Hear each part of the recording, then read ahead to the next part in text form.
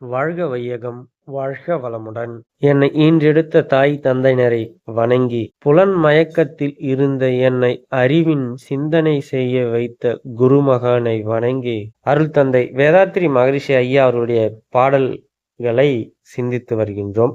அந்த வகையில் இன்றைய சிந்தனை மோகமே பிறப்பு என்பதை சிந்திப்போம். இதனுடைய உட்கருத்து, தந்தை தாய் ஈருயிர் ஒன்று சேர்ந்து ஓர் உடலாய் வந்து அந்த உடல்கள் இணைந்து ஓர் உயிரை ஏற்படுத்தி இந்த உலகிற்கு தந்திருக்கின்றது. இதையே பாடலாக தந்திருக்கின்றார். பாடலுக்குள் செல்வோம். தகப்பனுடைய ஒரு கழிவை தாயார் ஏற்று தன் கழிவை அதனோடு சேர்த்து சேர்த்து மிக புனிதமெனும் இந்த உடலை ஈந்தாள். மீண்டும் அவள் உடல் கழிவை பாலாய் உண்டோம்.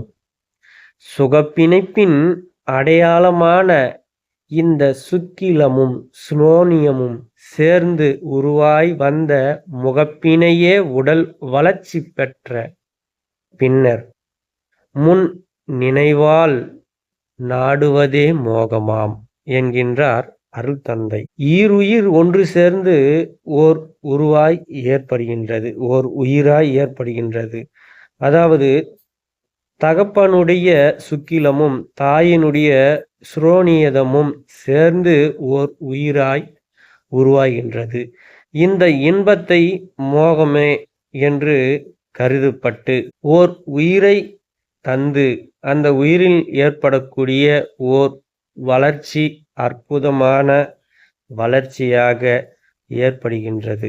இவர்கள் இணைவதற்கான நோக்கம் என்னவென்றால், தன்னுடைய கர்ம வினைகளை சுமக்க முடியாமல் ஒரு துணையை சேர்ந்து கொள்கின்றோம்.